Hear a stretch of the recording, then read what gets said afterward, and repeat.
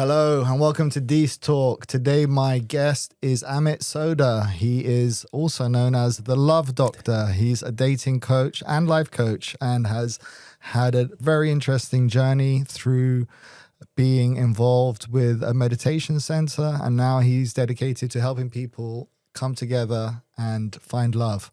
Welcome, Amit. Pleasure to be here. Yeah. I think it'd be great to start off with a bit of your journey, how you started off working with the meditation center and how that journey led to you becoming involved in relationships and helping people. Yeah, it's a bit of a weird, long-winded, but I'll give the short version to begin with, and then if you want to expand on anything. But basically, kind of around the age of 15, it was a bit of a weird transition for my family. So my dad, my brother sort of entered into a bit of therapy, and that therapist was involved with this particular meditation center. And I just sort of accidentally just fell into it. But it brought out a spiritual side of me that I never knew I hadn't up until that point. But I loved it, got thoroughly involved. And, within a few months, I became one of the meditation teachers. So it's probably a strange vision for some people, who are in their 30s and 40s walking into this room being taught meditation by a 15-year-old. Oh, wow. And not only was I just 15, but I looked really young as well. I looked way younger. I looked like 12 at that time. I had such a baby face. They probably thought you were some child guru or something. Yeah. Well, I felt like it. So how old were your students? Most of them were generally in their 30s, 40s, sometimes even 50s. These are grown-ups, at that time I was thinking in my head, they're grown-ups, but all just going through the same sort of experience, looking for deeper meaning in their life, which I think most people at one point or another come to that crossroad where they start to ask, is there something more? So that wasn't actually a real question for me. It's just that I fell into it and I fell in love with what was being taught for the most part. And I was there for a number of years and I ended up becoming one of the children's teachers. And but there were a few things that for me were a bit of a pain point in the way the knowledge was being taught to the kids. Right. So I gradually separated away from this meditation center, and then I went on my own journey. I went down a very sort of dark hole at one point because you're surrounded by mostly loving folk, loving people, a supportive environment. Suddenly you're in the world on your own. And then I got into a very dark place. I also ended up heavily financially in debt, tried to take my own life. Oh, wow. And, just was in a very, very dark place. So I had to start almost from ground zero again to pick myself up. What led to to you reaching such a dark place? A number of things. One was one bad financial decision led to £35,000 worth of consumer debt. Wow. And at such a young age as well, we're talking, it started off just one thing. And all it was, and it's a crazy story because all it was using my bank card, going into overdraft, which I never knew I had, and mistaking, because the value still looks like you've got money, right? You didn't realize it was minus. It was minus, yeah. Oh, no. And obviously, if you're not financially literate, you don't necessarily know that at the time. Right. And then you discover credit. Wow, they gave you that much credit at that age. Yeah. And I was like, oh, I can buy things I've wanted now and just keep buying. And I'm one of these people. I'm a bit of a, kind of a tech geek, and I love gadgets and things like that. So I'd always buy the new thing. At that point in time, it was probably mini disc players and, sometimes it was clothes and other things like that. But it was nothing bad. The good thing was I didn't get anything bad. But it was just fueling my passion for just having the latest things that I liked, so I'd buy the latest phone or, the latest gizmo or whatever. And then, shortly after 6 months, a new phone's out and I'm like, oh, I like the look of that one. I'll get that one. And then it just spiraled out of control. And so that was one main reason. The other reason was I mentioned, I looked really young, and there was a reason behind that. So my body didn't produce any testosterone. So for whatever reason that occurred, it meant that I looked very young and I didn't mature. I didn't go through, puberty like most boys do. And so I started looking into it around about the age of 18-ish, approximately. Had your voice broken? Or? No, voice hadn't broken, nothing. And obviously I look, all my peers starting to grow facial hair, their voice is getting deeper, and there's me, the outlier. Still looks 12, 13, even at the age of 18. And so something's wrong, but even as a kid, right, you don't necessarily have the wherewithal to ask questions, and because I'm in a spiritual place, I shouldn't be even talking about it. I shouldn't even be thinking about it. I've got to think on a higher level. Yeah. So eventually I started looking into it, and it wasn't really, again, into my late 20s I started to look into it more, got the medical help I needed, and then I went on to TRT, which I've been on since 2007. So Right. that's given me some semblance of normality. You know, you can see clearly I've got a beard now, and Oh, right. all of this kind of stuff, right? Which I did even at that age. So 2007 I would have been 30, and I still had no facial hair at that point. Right. Yeah, so I couldn't tell you how glad I was to eventually get facial hair. When you had your beard now, permanent goatee. Was it Tony Stark, Iron Man type beard, right? Yeah. But yeah, so you know that was another element of it, as to why I was feeling so low. I knew I was different. Must have been very difficult to be, you know. Yeah, and you know, and then of course, you know, because I'd been in an institution where we technically they practice celibacy, and so I wasn't also that au fait with girls, and you know, getting into relationships. So not only have I just left my biggest support structure, I'm hugely financially in debt. I've got no love, no support, no nothing. And I even spent my 18th birthday by myself. On my 18th birthday, I took myself go-karting because I didn't have any sort of didn't really have anyone to celebrate with. So I just took myself go-karting. Really? That was my life. Yeah, that was my life. You were living in Wales at the time, were you? This was South. We'd moved to London by that point. London? Okay. I was living in South London. There used to be a place near Streatham that was, there used to be, I think, a swimming pool, and there used to be an ice rink, and there was, I think, eventually it became a go-karting place. I think it was the same location, if memory serves me correct. And then, so I just took myself go-karting. So that was kind of hard to make friends at that point, right? Who's going to relate to an 18-year-old who's deeply in spirituality? What are most 18-year-olds interested in? Boys, girls, drinking, discovering their new life of adulthood and stuff like that. That's what they're into. And there's me talking about soul consciousness and, you know, God and the fact the world's going to end and all of this kind of stuff that was part of the teachings that I was taught. So, so that was that. So that, you're in a very weird place because, like I said, the support structure wasn't there. I thought the easiest way out was just, you know, let's go. Wow.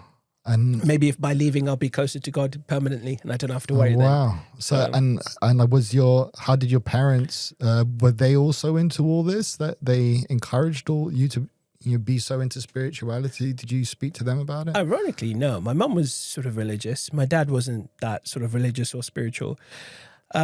He started off going on. He was the one who, as I mentioned, my brother and my dad were going to this particular therapist who was part of this spiritual organization, and they, so he was initially there, but he didn't really get into it. You know, it didn't really help him. In fact, if anything, I think it kind of made him a little bit more. My dad was kind of a bit angry back then. You know, again, isolated male, not many male friends, no support structure, not like what we have in this day and age. So, you know, it didn't help him. If anything, it kind of was detrimental to him. Really? And so there wasn't, you know, do we have the kind of familial closeness that some people do? Not really, no. It was a case of, you know, superficial talks, do this, be a good student, go learn, get a good job, earn good money. And it was probably tougher in those days to connect to a community that was into that stuff, because now you can just go online and you can find your people, right? But in those days, I mean, I'm guessing this is when you were 15, that was probably like pre-internet type stuff. So absolutely. You would have to go and find a book in the library to, get into the subject matter. Exactly, right. So we're talking, that period itself was probably around about between 92 and 2002, 2003-ish. Okay. So the internet was just starting. Yeah, right. We just had, I think I got my phone, I don't know about you, but I got my first phone. I think it was 1998. Yeah, but they were just basic. They weren't smartphones even then, exactly. Yeah, and that was pre-texting as well. So texting came out probably a year later or so. Yeah. All you had was like the snake game. Yeah, on the Nokias. That's it. Yeah. I remember that. It's funny. So then, how did that transition into you getting involved into kind of being a relationship guru? So after that period, there was one particular incident which stood out for me in my life, which was I was working in a building. It's not far from me. It's called Wembley Point, and it's a 21-story building. And back then, I was in a company. I've forgotten the name of the company now. It's gone in my head. But anyway, I was in a company. We were on the 11th floor. And the way the building was structured, there was no 13th floor, as a lot of buildings don't have 13 because they don't believe in that number. But anyway, on the 21st floor, there used to be a cafeteria. And it was divided up back then, where in the middle, you had the section where you go and you order your food. One side was the non-smoking section. One side was the smoking section. So my usual routine, I'd go up, go to the cafeteria at 8 o'clock in the morning. I'm ordering my Marmite on toast, as I normally would in the morning. And I was just there waiting for my order to be given to me. And I look out and I hear someone from the non-smoking side shout to someone on the smoking side, say, "Oi, get down from there." And I was like, you're just like, you're half asleep at that point. You haven't even fully woken up. And I kind of look over and I see a young man trying to get up and climb out of the window. And these we're talking the window openings, for anyone listening to this, are really narrow. We're talking, 10, 15 centimeters, no more. You would think that you probably couldn't squeeze through that. But this young man, whoever he was quite petite. And so he's trying to get out the window. And so I run over and try and stop him. I'm about 1.5 meters, 2 meters away. And I just remember seeing the image of him kind of, he's already out of the window at that point, holding on, and then he kind of jumps off like, as a kid when you jump off a wall or something, you're climbing over a wall and you jump down, you hold on a little bit. I remember it's exactly like that. It was almost in his head like he was going to land. It was so bizarre, but that like image is seared into my head. And then then I was like, I just shouted across to the cafeteria stuff. I was like, "Quick, call an ambulance, call 999." Let's So he jumped. He jumped. Oh my God! From the 11th floor. 21st floor. Yeah. Whoa. Yeah, he jumped. So I guess he didn't make it. He didn't make it. No. Fuck. So you saw that happen right before your eyes. Yeah. Damn. And because I'd been through, feeling suicidal and trying to take my own life, I could relate to it. Yeah. And that was one of the things that sort of woke me up a little bit and reminded me of why I'm here and what I'm here to do. Right. Fast forward 2008, I'd been through my fair share of romances and failures. Right. I'd experienced heartbreak. Sure. And worst of all is when you're that typical nice guy and you tell a woman you love her. Yeah. And what do you get back? I see you as a friend. Oh no, friend zoned. Friend zoned, and it happened for a number of times up until this point in my life. I was sick of it. I was good as a coach. I was good at helping people, but when it came to communicating my feelings for a woman, when there was romantic feelings involved, were pitiful. Like I was really bad at it. So you were too open, like you were too loving. What I tell guys now is that I was too much of a nice guy, and there's a reason why women don't find nice guys attractive. And that was me. I was through and through. I was just a nice guy, so they would never see me as a romantic option. So I got sick of it, and I thought I need to learn this area of life. So I went on a journey between 2008, 2011. I went on about 300 dates. I included in that, there was a lot more, but I included 2 speed dates in that. So with about, say, 30 women at each one. So that's about 60. There was a lot more though. But anyway, and then I gradually got a little bit better and better, and then I managed to get dates pretty easily. Didn't necessarily get any further, but I managed to get dates. And then I got to a point where it was getting easier and easier to sort of get to a second date, to a third date, and then, enter relationships. And I realized there's almost a bit of a, without trying to take the romantic or the love aspect out of it, I realized there's a bit of a science to this. I was watching a lot of pickup artists. Pickups, I was going to actually ask about that. Yeah, like what's your opinion on that? I think every guy should go and learn from a pickup artist. Not the aspect of just getting a woman. There was one very famous book. What's that? The Game. Everyone thinks about The Game. That's it. Yeah. I actually read that years ago. Yeah. I think we all did at some point, right? Yeah. And I think that if you mention this book in 2026, it would get slated and hammered. That's what I was going to say. Because they treat it almost like a kind of hunting, there is quite a lot of kind of manipulation in it as well in some ways, like the whole negging thing where negging, peacocking, all of the rest of it. Yeah. I actually... But there are truths in that as well as to what piques a kind of woman's interest, right, as well. So there is, I would say there was some truth in that. I didn't follow that one religiously. I found another dating coach back then who went under a pseudonym David D'Angelo. There was another one as well, a guy called David Wigant. And they were both really good, and they had a bit more of a spiritual side to them. So yes, it was about being able to talk to women, but it went deeper. And so I kind of studied them, learned from them, read the books, watched the videos, took away anything I possibly could. And then gradually it started to sink in. And I remember the first time I put into practice something they taught. And it was just, how you kind of cheekily playfully tease a woman and make fun of her, not in a Banter. nasty way, the banterful way. And the response I got. Yeah. And you know, my nice guy brain is alarms are going off in my head. I'm like, no way is this going to work. There's no chance. She's going to think I'm a nasty piece of work. She's not going to like me anymore. Suddenly she starts liking me more. Right. And that's when the light bulb moment goes off and you're like, okay, I'm starting to get it now. So like you said, there's a reason why nice guys don't or always get friend zoned. Yes. Why is that? Because women always obviously say, if you ask a woman, what kind of guy do you want to be with? They're going to say, I want a guy who's kind and nice and he likes puppies and rainbows or whatever, you know. They're going to want someone who's sensitive and, but also obviously capable and, you know, a kind of resource bringer generally. But they do always say they want a nice guy. No one says they want a guy who's going to neg them or whatever. Do you know what the better way to put it is, right? It's not, here's how I phrase this, the terminology I use. They say they don't want a bad boy. And the truth is, they like the bad boys, but it's none of the bad traits within the bad boy they like. You know, and these are really archaic, simplistic terms, right? Yeah. But, you know, just for want of a better phrase.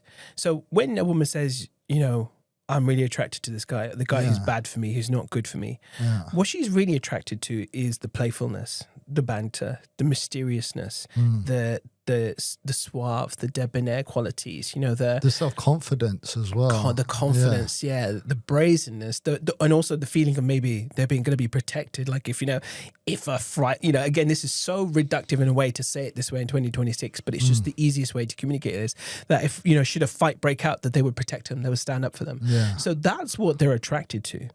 Those elements. They're not attracted to the bits of them that are an arsehole or that are not nice or are nasty. Yeah. But that just happens to be mixed in.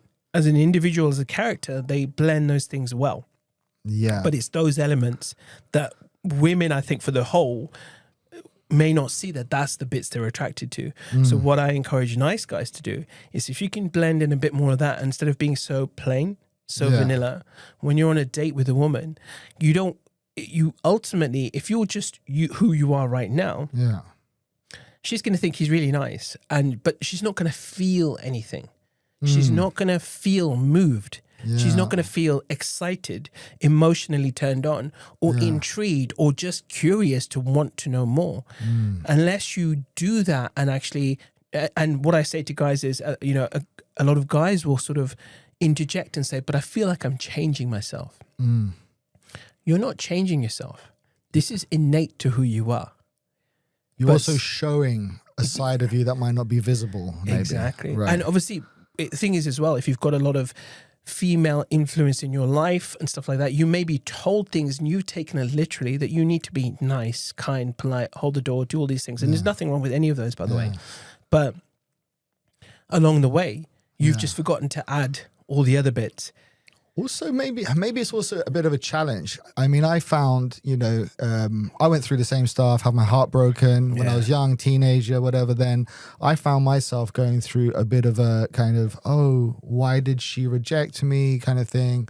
And then I did like take on a little bit of a almost adversarial approach towards women, like, you know, have to protect myself a bit and have to kind of show them kind of a little bit. And in a way, it kind of worked as well. Like when you kind of evolve that way and not just be, like you say, just put yourself out on a plate so easily available and just like, there's no challenge for the woman then.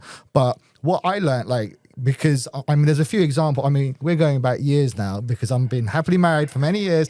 But I remember there were some girls that I would like, you know, show my interest towards, and they were just like, kind of muted response.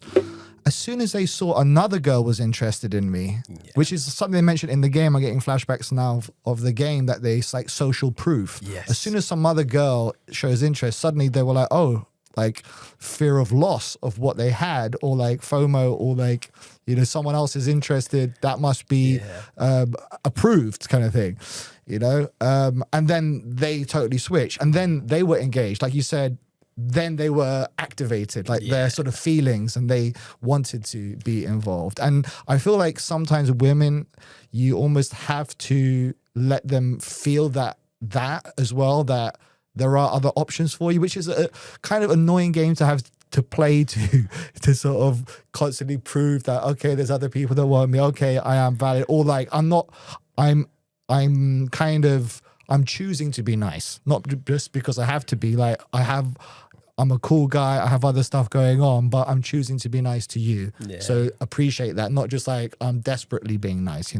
That's I think a subtle difference. There's other ways of doing it though, without there being another woman on the picture, Sure. right? So I'll give you an example. So so this is what's a normal. Let's do this in a practical example. What's a nice guy repertoire? Let's say you're the woman, I'm the man. You've asked me a question. What do you do?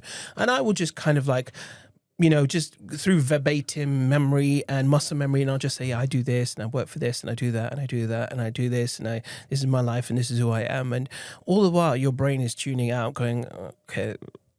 In a night, and again, just being very gross way, that's what's happening in your brain as the woman. Right. But if I were to say something like this, if I were to approach it like this, you're the woman right now and you ask me a question, go for it. Just so, a typical dating question, so like what do you do? What is it that like you do? Well, I tell you what, I've got an interesting challenge for you, because I have this quirk where some people think they can figure out what I do. And so I've asked people this, I want you to do me a favor, look me in the eye, and I'll give you 3 guesses. Okay. And then if you can guess what I do, by the 3rd guess, see that counter over there? I'll buy any one of those cakes. I'll treat you to another coffee, whatever you like. Right. It's on me, right? Sky's the limit. Okay. Or I tell you what, perhaps on the next date, the next time we go out, I'll treat you to your favorite restaurant. Oh, okay. So go ahead, look me in my eye. Right. See if you can figure out what I do. Okay. So yeah, you turn it into a game. You engage them in a totally different way. I know. Okay, it's a bit more mysterious. Exactly right. Yeah. Let's add to this. Right, let's add a bit more dimension to this now. So you might ask me something like, for example, so why are you still single? So go ahead, ask me that question. So why are you still single? Do you know what, D? My biggest challenge is I just meet women who just want me for my gorgeous body, but they can't see this incredible human being inside. And it's just a piece of meat. Yeah, I'm just a piece of meat to most women. Like, if you flip the narrative, and you as a guy, it's fun for a bit, but afterwards, Yeah. So literally, if you flip the narrative, imagine almost you're the beautiful woman who's being pursued by all these people, and that is the script that you play out. How much more fun is that for you on the receiving end to hear that? Yeah. What's happening in your brain as I'm saying those words? You laughed, you giggled a little bit because you. Exactly. So something. My panties are coming down. Yeah. So it's just leveling up. The way we communicate, how we do it, it's just adding some flavor to it, some dynamic conversation, multi-dimensional, rather than it just some being playfulness, one like way, like an interview, like a job interview or something. Yeah, interrogation, and then of course there are other more subtle things or more overt things as well. Even like for example, I used to practice everything from scratch. I really retrained myself from scratch. The way I walked. How I carried myself, sure. You should say it, right? We became self-conscious, right? Shoulders back. What's going on? I even trained myself to make my voice deeper. Oh, really? Yeah, right. I literally was like, I got that because women conscientious respond to that as well, don't they? I got really conscious. I don't think about these things anymore, right? I think that if I worked on it, I can make my voice deeper. I could be a bit more cool, right? I just don't think about it nowadays. I've got a wife, right? So I kind of, I've got a bit complacent. It's gone higher again. Yeah, it's gone higher again. It has. But it's like little things like that can make a huge difference. And then, for example, even how I'd greet the woman as we met. How would you go in there really nervously and tentatively? Your hand is shaking, and shaky, as you shake their hand, sweaty hand. I used to go in there brimming with confidence and not grab them as such, but I would literally go in for a soft cheek to cheek connect or something. Right? I'd read the room. Definitely kiss on the cheek. Absolutely. At least if you're even feeling a bit more charming, maybe kiss on the hand even. Absolutely. If you've got that level of courage, you can do that. Just do it, because at the end of the day, they might respond or they might not. If you don't know in either case whether it's going to work or not, so you've lost nothing. You may as well just go for it and see what happens. But the way a guy carries himself, the way he does it, the energy with which he does it, now we're going to the spiritual level, like how his heart, where his heart is at, his heart and mind, are they aligned? Is he ready to grab this opportunity with both hands? All makes a difference. But again, certain things have happened over the last 10 years and made guys a little bit apprehensive. So they're kind of like feeling like they have to step back. That's what I'd love to go to touch on that, on like how, because you've been in the sort of dating game for how long now? 18 years. So you've probably seen it really evolve quite a lot, because I mean, there's been a big transformation for two main reasons I see. One is the shift online to like kind of social media, dating apps, all of that stuff. And also how people meet each other has evolved quite a lot. And the second, and one of the other contributors to that is the sort of Me Too movement, which led to a lot of new rules in places like workplace, where if you look at the history of where people met their wives, I think I saw one infographic that those ones that change over time. Yes. And I remember seeing, I think it was like most people met at work or something like that. Now, huge majority. that's gone down a lot, both because you're not even allowed to. Because at a workplace, often there's somebody, if there's a bit of an imbalance of power, then that's like an exploitation of the power. So that's often even outright banned from a lot of workplaces now. So it's not as easy to meet someone at work, where was one of the primary places, and a lot of things have gone online. I mean, I remember being single years ago and thinking if you wanted to meet a girl, we just knew there were girls out there somewhere. There was no like database where you could just swipe through millions of options. You had to go out and you had to break the ice with people. Either you met through a friend or work, or if there was work, or school or whatever, or kind of uni, your main sort of activity, work activity or student activity, or you would have to go out and break the ice with some randoms. So that's why I think drinking was a big part of that. So for people to get the courage to go up to new people and face the sort of rejection or like try their luck kind of thing and kind of push it. But now I feel that's changed quite a lot too. You know, it's so true. People are more worried about harassment, things like that. Whereas it's a kind of fine line, because to go up to somebody new and to even, or if you're in a situation with a girl in a group of friends or whatever, to make a move involves having to cross some line to make that move, right? But then now people are a lot more conscious of like harassment. So you have to be, that's changed. I think people are more wary of that. And also the kind of digitalization of social relationships and connections. And I see the younger, I mean, maybe I'm doing a vast generalization here, but I feel younger people that grew up in like with social media and the internet, they've become a lot more used to communicating through an app, and that's a very different type of communication, like through WhatsApp, Snapchat, or whatever it is, rather than having to have, when back in our day it was long phone calls or in-person meetings, right? And I even have heard like of anecdotal stories of people might meet somebody in a club, they would exchange like social media and then they would go be in the same room and then be like kind of messaging each other, which is just like, that's been quite an evolution. How have you seen it as a coach and someone who's like in this every day? You actually touched on probably like almost every facet of what's changed, I think. You know, like if you think back to when the first dating websites came along, probably in the early 2000s, right? Like, you know, Match.com was one of the first ones. Harmony and places like that, you know. We had to fill out these massive profiles about... Yeah, I don't think any of them really had much of an impact and changed the way we dated. I think it was all ultimate. You look at a profile and then you connect and see if you want to meet. But then obviously when Tinder came along in 2012, that's when we've seen two massive shifts happening at the same time. Not only we're connecting more so through social media, but even then, I don't think social media was having much of an impact on dating at all. A little bit. When you watch movies like Social Network, you know, Facebook started in 2005, I think it was, right? But you look at the movie itself where they talk about, you know, what was one of the big changes. I don't know effectively how much that was true in real life, but obviously something was there, some element where you actually put on your Facebook your relationship status. Oh yeah. So I think that was one. It's complicated. Small starting point, But the bigger one, I think, was definitely the combination of social media and dating apps. And then, of course, you've got things like where everything became so much more visual online through things like Instagram and stuff like that. I think if you culminate all of that, that's one big transition. So you have this like persona online to kind of broadcast who you are or kind of curate who you are about your life, or at least try to project an image of who you are. Exactly. So you had to, that was the first.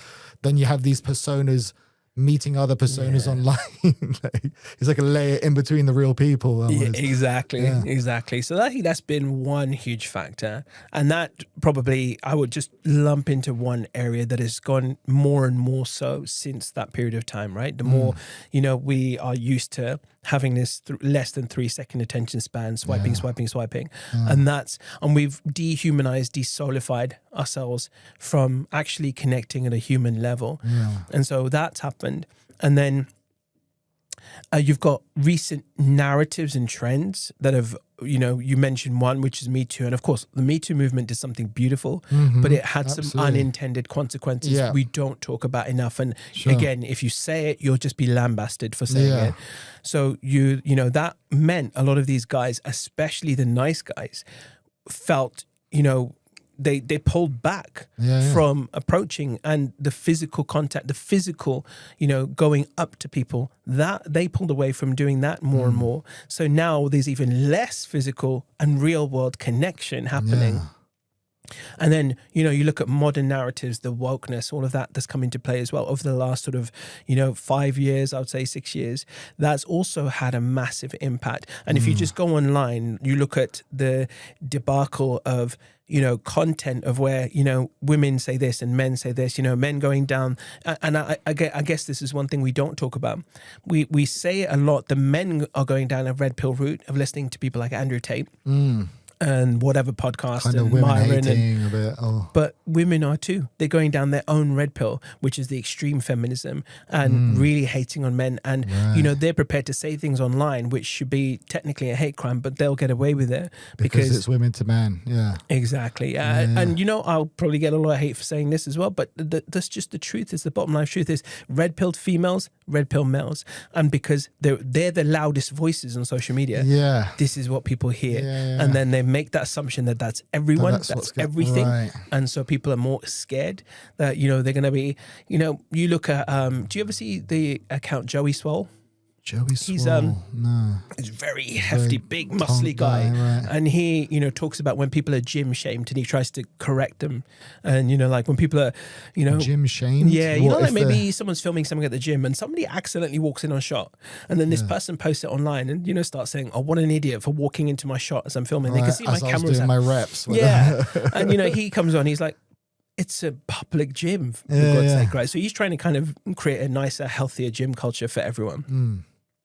Things like that where, you mentioned workplaces, and then gym was going to be one of the other ones I was going to mention. That was a big one where people could meet. But now it's like, you approach someone there, you might be put on film and camera and then embarrassed. And again, that might be misinterpreted online. You could have been doing something very innocuous, and people will see that and go, oh, no, he's a misogynist. He's a creep. He does this, he does that. I guess it's like what the problem is, obviously, just to, caveat, big fan of the Me Too movement, of like where there was, a complete abuse of power or like actual rapes happening. But then to sort of bunch too much into that, and then it's just one big, blunt instrument to beat guys with that are, there's obviously a big spectrum of the like worst creeps, like the Harvey Weinsteins or whatever at one end. And then there's probably some bit that it gets a bit, not so obvious always, because if you think about it, almost like at least historically, most courting, it does follow a bit of a formula of guy trying, girl says no, and then girl says yes. So it's not like I'm not supporting a guy like physically pushing a girl into something and she's like no, and then carrying on. But I mean the energy of it, like the pursuit of a woman and a sort of the persistence and the courtship, which is a kind of almost a part of it historically. But then that is what has now been, I think, brought up into question a little bit. How do we navigate that now, Yeah. you know? Yeah, there's no easy answer to it, but my first and most important message to go. I mean, I coach men and women, by the way, just for clarity. Sure. So I help women with their aspects, the challenges they face, which predominantly can be them having, for example, an anxious attachment style. And then for guys, predominantly, it's that fear of the approach, right? You know, so Yeah. another aspect that we struggle with in this day and age is, again, you'll see content online, who pays on the first date? And then it just becomes an ego battle, right? You know, if he doesn't pay, that means he can't be a provider, he can't be this, he can't be that. And if she asks him to pay, she must be a gold digger, she must be this, she must be that. And so we have all of these heavy, big voices influencing the little people and making it harder for them to just genuinely find true, you know, love that they want, you know, someone they can start a family with, build a life with. Be a partner. But I think ultimately, the biggest thing for me is life doesn't come without risk. So you just have to take a chance. Yeah. And of course, you know, have I faced any wrath around this? Of course I have. Yeah, you know, when I was dating, of course I have. That's life. That's part of the choice to put yourself out there. Yeah, and just I go for it. remember, like, you're giving me flashbacks of my single days now, because I remember I used to go out with my mates, and there was a time, funny enough, I actually worked at a speed dating company. Oh, did you? For a little bit when I was like a student as a side gig, because I actually had an idea for a dating app way before any of them came out. And I actually put together a business plan, raised some money off one of my friend's dads, but I didn't know anything about the technical side. And we got 3 quotes for some app makers. And the guys who we hired just didn't complete, and we ran out of money. But I've still got the business plan. That business plan, had it been executed, would have probably been $1 billion company after seeing what happened afterwards. Anyway, part of the research was to sort of research what the kind of dating industry was about then. And speed dating was one of the things. So I actually got a job as a kind of speed dating host in one of these companies. I can't even remember what it's called now.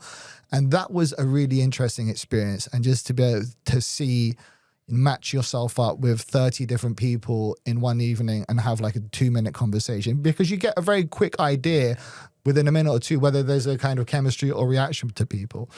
But so I was really exploring all of that, and as part of the kind of research of our business plan was we decided to go up to people on the street and just interview them. And at first I was a bit nervous, like, asking random people. But then I remember that we did it for a whole weekend. And then after a while, and some people didn't want to engage, some people did, but after a while, because I was just going for numbers, I wasn't scared of the rejection of people. And then I felt so confident, like it felt by the end of the weekend, there was no barrier in between me and anybody else on the street.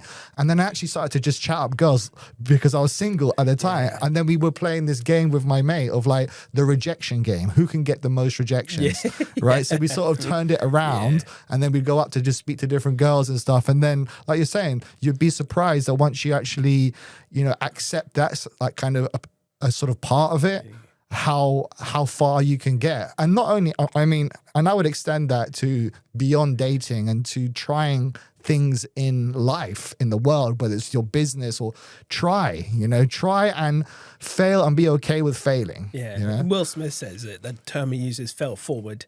Fail forward. Yeah. Fell I love forward. that. Yeah, I love that. Yeah, you do. And that's it. What you've described there is literally rejection therapy.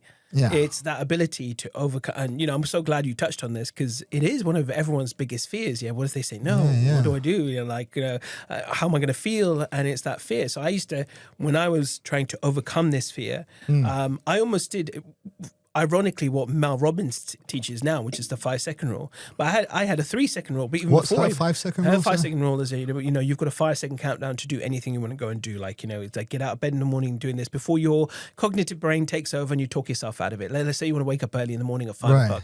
So you do it when you wake up. You do a countdown: 5, 4, 3, 2, 1, and then you just jump. Right. You kind of just go Right.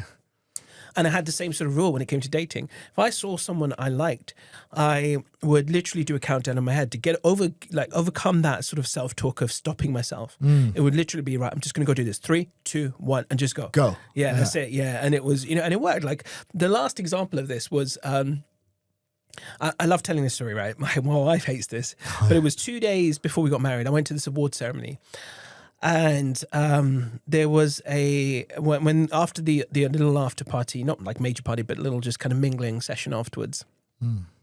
There was a girl there. We're still friends on Instagram. Actually, she's an actress, a model, and she's been on quite a few TV programs and things like that. So she was wearing, and on that day was the first time I met her. She was wearing this gorgeous red dress. Like, she looks sublime. She's very tall, very slender. She just looked gorgeous, right?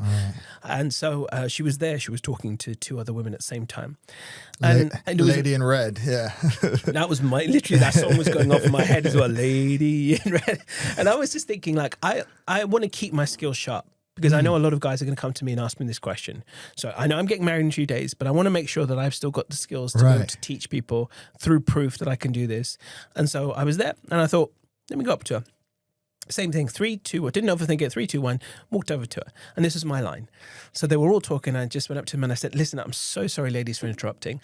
And I looked at the lady in red and I just said, I just had to come over and congratulate the second best dressed person here. You almost look as good as I do. And this is how I teach guys how to compliment. It's not say, oh my God, you're the most beautiful woman I've ever seen. You're just incredible. Like, that will just creep someone out. Yeah. But I'm playfully teasing her. I just said, the second best dressed person, you almost look as good as I do. When you need some fashion advice, you got me as your friend. That's comes. Like, they were laughing, I was laughing, and then I ended up speaking to her for about half an hour. Nice. And it was that kind of, not fearing the rejection, just going up, saying anything. It didn't matter what it was, to be honest, but then just turning it into a real conversation. Yeah. And so like you said, the rejection element, I think, as everyone faces, male and female. And if you can just do it enough to the point where it just doesn't faze you anymore, because you realize when you're in a room of 13 people, you get rejected by one, but there's still 29 others potentially you can still go talk to. And it's not, this isn't a dehumanizing element. I think this is just a natural element that our brains are wired for this.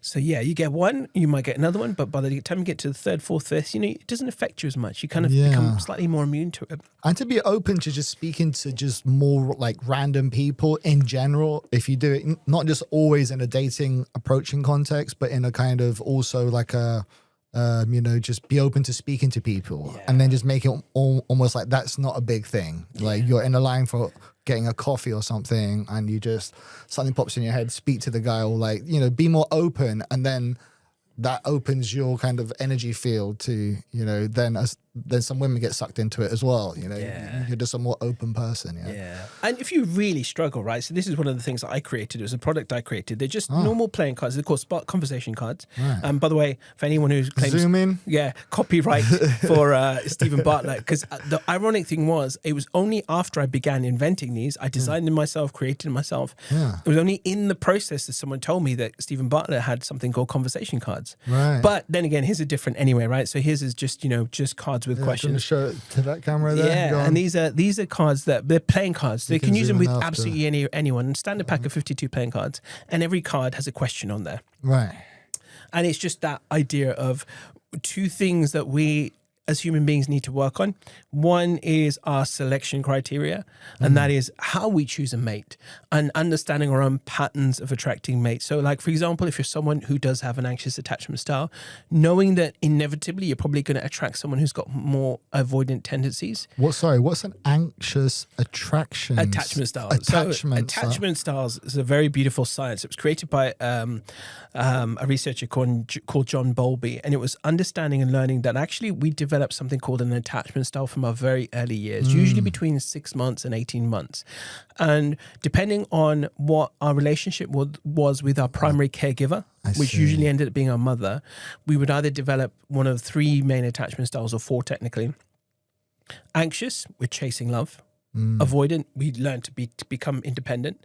Secure, you get the love that you need and you feel happy in yourself and life is all good and hunky-dory. And the fourth one is where you get something called disorganized attachment, which is a combination of anxious and avoidant. So we tend to learn that in the very early days. And so this is why, like... And that's based on how your mum or your primary caregiver. Could be dad, tended to be your mum. Obviously, back then when the research was done in the 70s, I believe, I think it was, it was just naturally mums. Could be mum. Right. But it could be dad as well. Sure. And so, like, say, for example, we'll see this. You'll see it viscerally. You and I, we're dating, and let's say you've got an avoidant attachment style and the one with the anxious, we get to know each other and everything's going good, but then you feel the need to kind of like, I'm not sure if this person's for me. And so you start to pull away, when things start to get real, you start to kind of back away. Like, do I really like this person? You might even start to find things wrong with me. Like, oh, he's got crink in his nose. I don't like it that way. Or the way he chooses food or says a particular word. You'll find a reason to pull away because your need for independence is kicking in.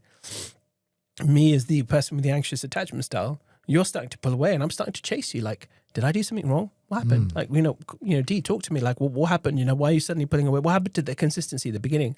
And this is a cycle. In my coaching calls, this is probably between 60 to 80% of my calls. Was the anxious will get in touch with me. So, the anxious person with the anxious attachment style will call me. And like, this happened. They started to pull away. I don't know what I did. What happened? What's going on? I just explain this pattern to them.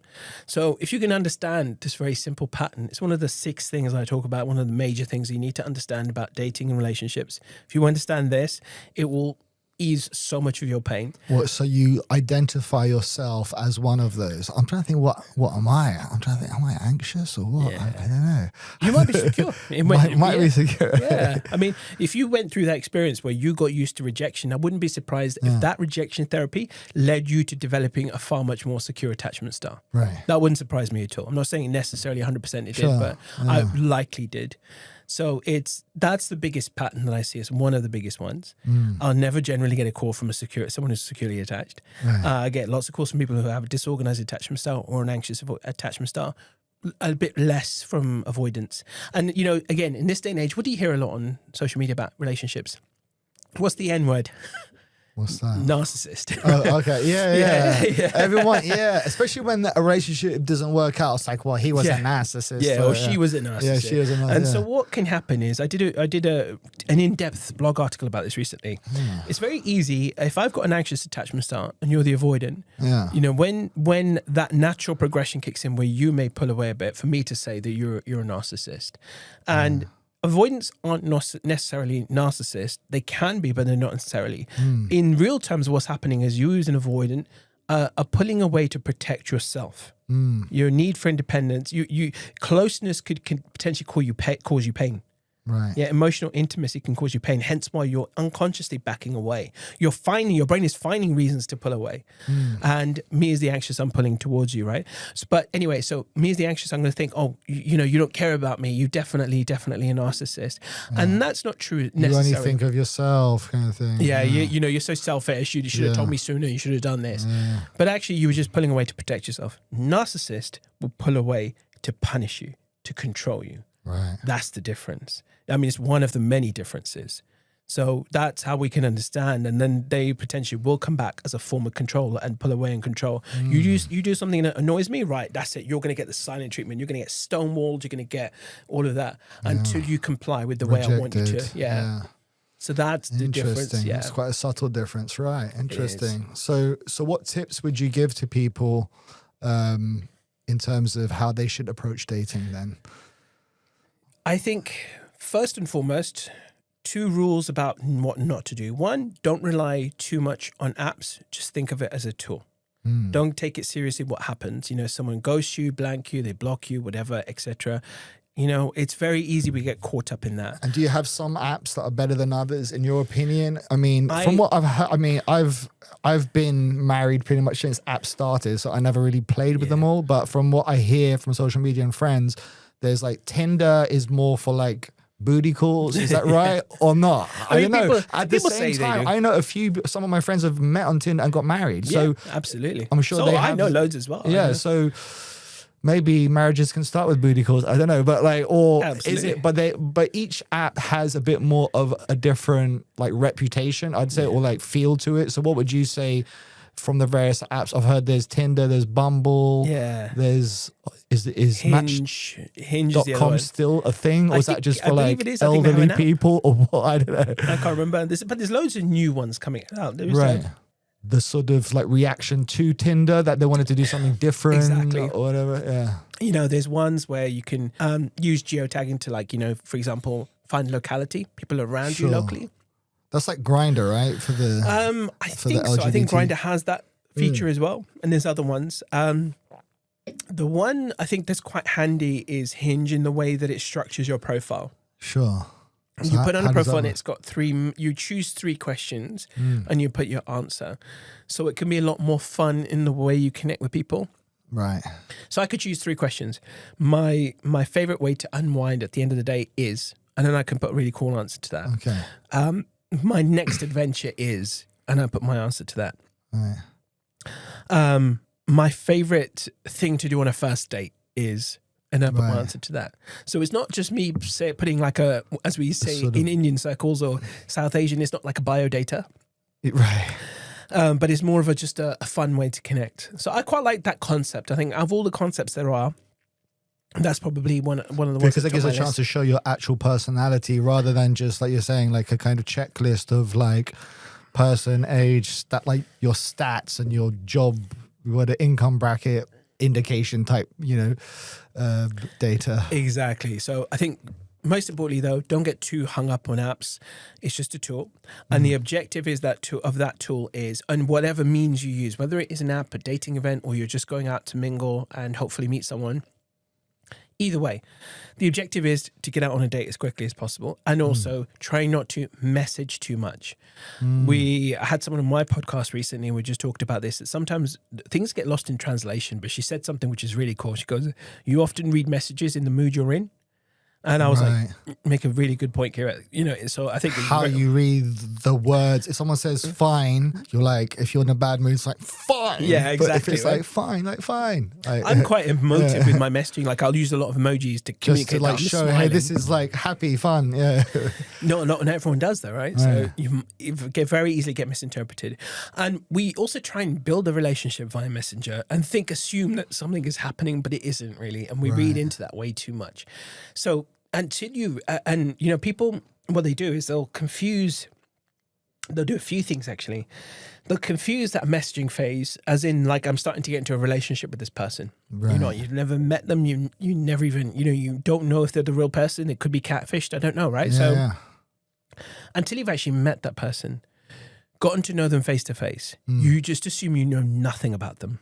Right. And so don't get caught up in 2 things, apps and messaging. Because also people, Photoshop or whatever, face edit themselves, whatever those face apps are, whatever that they, so you don't even know if they're going to look like that. And it's maybe just one angle and maybe they look good from that angle. But as soon as you meet them in person and their face starts to be animated by the conversation, you don't like that. That's what so you need to meet people. 100%. And not only that, AI now in this day and age, you can even animate them. you can do anything with AI in this day and age, right? So don't assume that. And then the second thing, I think those are the 2 things to not do. I think everything else is don't faking, but message too much, ideally is like I How had about this. phone calls? Because I that's know this, okay. I had this friend who's a neuroscientist and he was telling me about, oxytocin is one of the sort of connection brain chemical. absolutely. And they did some studies apparently on like when people are messaging, like you're saying, and what sort of oxytocin gets from that. And then they said, if you want to do something a bit better, do a voice note. Yeah. Because then there's a bit better. I mean, the best is to call them or FaceTime them. You get more of you get probably highest oxytocin levels, more of a connection. And then second best is like send a voice note because then there's no misinterpretation of your tone. Yeah, right? there's everything, right? There's cadence, there's tone, there's inflection, everything that's going to tell you more about the person. Exactly. And then even a step up from that, a video call perhaps. But ideally, so when I met my wife, right, by that time I got so efficient at dating. How did you guys meet? Yeah, so we actually, my wife's going to kill me for saying this, but we actually met on Tinder, right? She likes to tell a different story. So success story. Okay. Yeah, but so we have that story, and then we have another story that we tell we met on Facebook, which is kind of true as well, actually. So they're both true, but the first interaction was on Tinder. But I had a repertoire by then. I had sort of rules, very simple. I didn't message too much, but my objective was to use messaging to just showcase a bit of my personality to the point where they felt comfortable giving me their number. But I would aim to get a number within an hour or 2 if we were messaging back and forth. And then I got her number within about 15 minutes. I think probably at that time was one of my records. And then I think when I look back at the dates, I think it was actually the next day we had a date. I thought in my head it was 2 days, but I think it was actually the very next day we had a date. So we went for a coffee. We went for a walk in the park actually, and then we just went for a quick drink afterwards. Gone really well. And then within the first week we had 3 dates. In 2 weeks we had 6 dates. In 4 weeks we had 12 dates. And I was still dating other women up until the 2 week period. At which point she asked me the question. She goes, "Look, are you dating anyone else?" And I said, yeah, I've got a few dates lined up. And she was like, look, if you're not ready for me and you still want to carry on dating, I wish you all the best. So after 6 dates, then it was like, now let's move to exclusivity. Yeah. Or And we did. And I remember the next day messaging all these women on apps and wherever else saying, I'm so sorry, I can't be with you anymore. I'm exclusive now. I've signed an exclusive deal. Yeah, it was fun though. So we, after 6 weeks, after the month though, we were definitely a lot more serious. And then after 11 months, I proposed, and 12 months later, we're married. Yeah. And yeah, so that's kind of it. So then objective was, I got her number. We spoke for an hour. I didn't want to long out the conversation either. Some people have like 6-7 hour conversation when things going really well, but then they kind of lose the fuel after that. You've got to meet. You've got to meet. So we met up, and then then from there it went to we met for the first date, then the second date, etc. And it was just, from my perspective, it was about moving things forward. Right? How do you get from the first date to the second date to continue moving forward to get to know each other better to a point where you feel comfortable potentially taking the next step? It's not necessarily going to happen, but in your head, you're thinking, do I see myself with this person? Could it turn into something, and then, to the point where you decide to forego all others. And that's what it was. But most people get they message for like 2, 3, 4, 5 weeks at a time. And I'm like, you've just wasted 5 weeks of your life on someone you've never met. And then obviously it all goes pear-shaped. And then they're wondering why they get upset, why they get burned out from dating. And I'm like, it's because you focus solely on one modality to get to know someone. And that's the worst way of doing it. I mean, the only way is to spend time with them. Absolutely. Two people in a room, whichever the room is, whether it's like a pub or bar or a coffee shop or a paddle court or whatever it is. Exactly. And it could be anything, right? So, again, people just hop on about who pays for the first date. Forget about that. Just go for I get it as well. There's a whole narrative that if a guy doesn't pay for a nice dinner, he's a broke. He's, there's all of that going on as well. So you like coach people one-on-one. So people come to you like, my dating life is all over the place, got everything that's going wrong. And then they come to you and then you just like coach them. They like tell you about what's been going on, and then you try to give them some advice to direct them. Yeah. Right. Okay. So I'll give you two good, really, I mean, I can give you hundreds of examples. I've been coaching. So I've done over 20,000 hours of coaching now. Whoa. Yeah, a lot of coaching. So how many, have you got like a sort of marriages, like how many like you've led to? Yeah. Well, 500. Yeah. Well, 500 at this point. Loads. Some lots we don't know about, because obviously I've got a dating platform as well, and there's loads of people who've met through that. Some have met through. What's the platform? Is that an online platform? Yeah, it's kind of like, so I don't have an app. I wanted to do things differently. It's actually primarily for South Asians, so it's called Connect Asian. Okay. And the way I did it, I wanted to do it differently. Like, so I decided very early on I wasn't going to do an app, because even then I could see the apps have major flaws, and I don't see them continuing for the long term because of all those flaws. I wanted to create a community where people didn't feel alone. Right. They could connect, and at worst case scenario, make some friends, make a community. So do you feel like South Asians want to date other South Asians? Yeah, and this is the reason I did it. So I think what it is the cultural connection that's important to them. Sure. So is that still, do you feel that's still quite a requirement, or like there's pressure from parents to be like, don't date a white girl or whatever? Like some of that exists. They want to stay, because I've heard of stuff where I've had Indian friends even, and they were like dating some other Indian girl or something, and they're like, oh no, but it's the wrong type of Indian. I'm like, how close do you need to be accepted? And there's still that kind of, we want someone from our same background kind of thing. Is that still very much prevalent, or do you think that's going away, people more open? I mean, you're doing Connect Asians, so the Asians want to connect with other Asians. Is that to make it easier, to make it an easier cultural fit? Yeah. The cultural fit is the important bit, I think. So there were certain aspects that are important to people. And I agree, I date anyone, black, white, brown, green, doesn't matter to me. I was like dating everyone. But, for example, you want the cultural connection potentially of language, of food, customs, religious traditions, perhaps. So those are important to a lot of people, right? And then, like you said, some people have very superficial, take it to a superficial. I'm sorry to say it, it's a bit of a harsh word to use, but it gets a bit superficial. This is where it goes from preferences to pickiness, where You're talking about you've got a particular height standard. They've got to be 5'10" or 6 Right. foot or something, or they've got to be a certain body type, or they've got to have this job and do that career and be This in this car. profession, or live this far from me, and that's where pickiness comes in.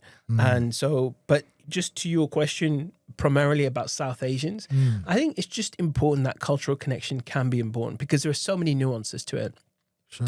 And it's think about all the food, the spices, the amazing traditions we have around food, and and some of the cultural things that we celebrate, and like whether it's Vaisakhi or it's Navratri or Diwali or or Ramadan or whatever it might be, we've all got these things that we share in common that kind of form part of the foundation of the relationship. Sure. So it's important. And the families then integrate easier. Exactly. More I easily. mean, don't get me wrong, connectation, I say, is open to everyone. Doesn't matter who you are, you're more than welcome. Yes, mostly it attracts So South if you've got Asians. an Asian fetish, you can. Well, so I draw the line there. So long as you're in it to find a holistic relationship with a decent relationship with a good partner. Is there still like arranged marriages happening quite a lot in the community? Would you say? And what's your opinion on that? Are you kidding me? There's TV shows around it. Love is Blind, Married at First Sight. Right. Yeah. They're doing what we've been doing for yeah. thousands of years.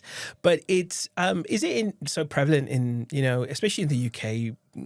I'm Once sure you're it in still the West, exists. right, yeah. But most people are open to just meeting and do they Maybe do the those family aunties, support of the intros, the auntie intros. Yeah, the right? auntie intros. Are they still there? They're firmly still there. Is that still with chaperoning and stuff? No, as well?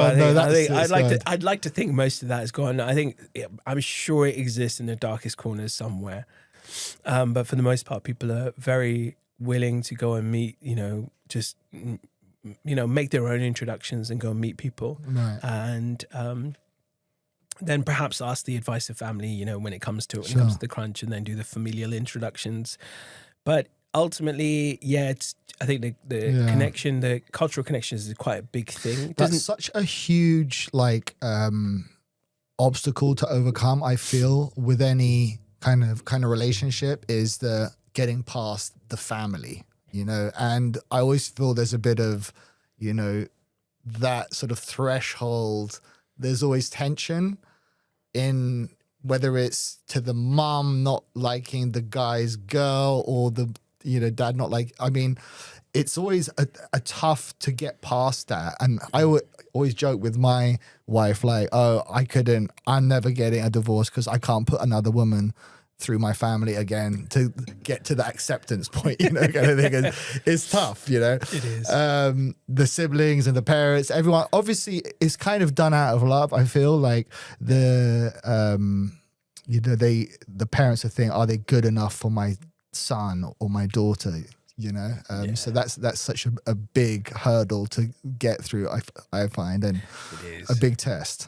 Yeah, it's also a clue. It's really good to know when you're getting to know someone. So I was speaking to a guy recently, and he was struggling with a lady he'd broken up with. And, when he was asking me, he goes, so tell me about this. Like, what do you make of this? And I was like, look, to be honest, I probably still need to know more about what's happening, why she's shut you down, and why, she's exited and completely disappeared off the planet sort of thing from you for you. But the clue came towards the end of the conversation. Because I asked him, I said, so tell me a little bit about her friends. Like, does she have a good circle around her? Real people who will give her real advice, not just, oh, no, leave him forever. And he then told me exactly what was said. That one of her closest friends said to her, use these words. If you go back to him again, I will not be your friend anymore. Yeah. So it's really important to know the kind of, this, we hear it in business circles a lot. You are the product of the 5 people you surround yourself with. Sure. Your relationship will essentially also be the product of the 5 people you surround yourself with.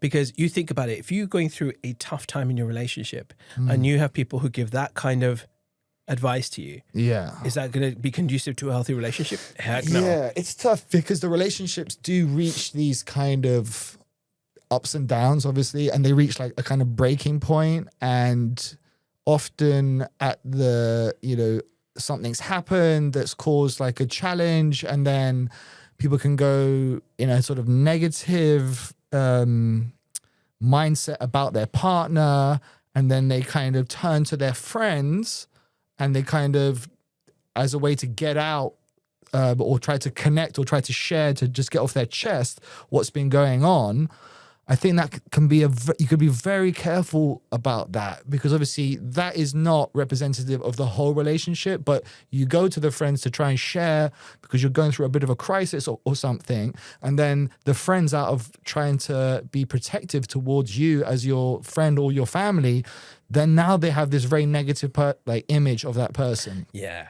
And then that phase goes, and then they end up getting over it. And now they're back with the person, and then everyone else is, and then it becomes almost embarrassing for the person that's like, they've just been broadcasting how bad the person was or what they'd done all this horrible stuff the week before, and now they're back with them. And then it's like this awkward, because now they've turned their circle of friends or family against the person. So I almost, if I have an issue in my relationship, I don't tell anyone. I just try and deal with it internally and try to process it. And because I'm not putting anything bad out about my wife or kind of my relationship, because it will come back to bite you later. And I've seen that cycle happen with people. And then what happens, it ends up, estranging the sort of relationship from other people, because, they have a bad view of that person then afterwards. But then there's more good stuff that's kept them going back as well. Yeah. So it's quite exactly a delicate. It's exactly the conclusion he came to at the end of the phone call. He's like, oh yeah, because he's even said those words. He said, imagine now we did get back together. What are his family going to think of me now that she's revealed some of this information or made me look bad? Yeah. What's going to be the outcome there? So he came to that conclusion himself, and he's absolutely right. For the most part, for all of us, you're in that situation. If you badmouth your spouse, to your inner circles, your friends and your family, that impression is going to last with them much longer than it is with your spouse, because you'll probably reconcile with your spouse pretty quickly, but they will hold that image for much longer. Yeah. So the advice off the back of that is be very careful about badmouthing. Yeah. So. Yeah, you need good confidants in your life. Yeah. We absolutely do need that. Pass that to Jeff. No problem. Here you go. Just getting some water break for the audio listeners. I mentioned about having that inner circle in your life of 5 people who will give you good advice, who will look out for your best. Can be transparent with. Yeah, who are looking out for your best interests, and not just saying because they're also reacting. There you go. Yeah. There you go. So they're not just reacting with you and just saying for them what feels good in the moment, but actually looking out for you. They're thinking about your future. Is this the best thing for you? Yeah, it takes someone very wise and mature to be able to give that advice as well. And you need them as well to help you look out for people who are genuinely unsavory characters in your life as well. Right. It does happen, right? You get people who are potentially trying to fleece you, scam you. Sure. I'm quite diligent with my networks and the platform that I run, and I have a sort of a blacklist. Oh, really? Have you had some bad actors enter the network? And so someone made me aware of someone recently who was in prison for 6 years for being a con man. Oh, wow. And they'd come across him on a dating app. So she felt the need to inform me. Like a Tinder swindler type. Pretty much, yeah. It's one of those things that I just say to everyone as an absolute rule. If ever you're dating someone and the conversation of money comes up, I'm sorry to say, just run a mile. Right. And I know it's a hard thing to do. It's a hard, it's a hard and fast rule I'm saying, and that's hard to enforce. But usually before you're married and, the conversation comes up, and especially in those guises, can I lend some money? Can I borrow some money? And then they do that thing. And then the MO, you look at programs like the Tinder Swindler, the MOs tend to be pretty consistent. They borrow money a little bit first and they pay it back to build the trust. Right. It's the MO, right, to build the trust first. And then they'll do it again, but this time they won't pay it back. Or the second MO is that, I work in finance, I've got these investments and I've got this sure bet. Give me your money, I'll invest it for you, make, a 5x, 10x killing, don't worry about it. Right. And then, that person never sees that money in the live day. Yeah. And I'm at that age now. You would have to literally have a gun to my head for me to, lend you any money. Right. You've either been part of my inner circle for 30 plus years, but I just wouldn't do that. Yeah. If I met someone and, in 6 months they're asking me about money, I'm sorry, see you later. Sure. Yeah. Unless I know them really well and my friends know them really well and I know they're a genuine business person or something and I'm getting involved in that context. Yeah, of course there's exceptions to the rule. And But you touched on it earlier about this thing, who pays on the first date, all that. Like, what's your opinion of all that? I mean, I would say I've got some ideas like that because I know there's all this feminism and people want to be equal rights and stuff, but I still do feel that a woman does like to be taken care of by a man, whatever anyone says. And the thing is, unless it's like a kind of rule that the whole society starts to play by, I think also if there are kind of some guys who are like, no, women should pay half, but then there's some guys that are like, no, I'll pay for the woman, then that's going to cause a more desire for the person that is going to, it's like, if everyone's paying half and then one guy starts paying for, then that's going to make him more attractive. So it's going to turn the whole game to back. All the guys will start to pay again to like be even. Otherwise they'll be the one that's not, So, I mean, in my experience, in my friend groups and everything, I do see that as the guys end up paying more. Yeah. And it's hard, isn't it? Yeah. What's your opinion on that? When I was dating, and when I started all this in 2008, I wasn't earning a very good salary. And when you're getting to like, doing an average of 100 dates a year, you've got to figure out a plan. Otherwise, I would have been broke. There's no way I could have sustained like going out for meals for every day. Yeah. So then I sort of started doing the whole thing, like taking them for a walk in the park, going for a coffee, go for an ice cream, all that kind of stuff. I kept it very simple. And so, to be honest, I was happy to pay for the coffee. I didn't quibble over a coffee or dessert or things like that. Having a full blown meal, I would reserve for the women I've really met or I'd known that I really liked, and that would be different. Phase 2. Yeah, phase 2. If we just met on a dating app and I have no clue who you are, so this is the difference between men and women. She wants to feel like the only one. He's trying to figure out if she's one he wants to continue with. So she wants to feel like she's the only one, hence why she wants to feel like I want him to pay for me. And he's just thinking in his head, I just want to get to know her and see if she's someone I want to get to know more. So there's always going to be this polarity between, and we're just talking at a very gross level between men and women. Of course, we've got many connotations in this day and age. It could be lesbian, gay, bi, whatever. It doesn't matter. Yeah. But at a gross level, it's just, one person saying, I want to feel like the one.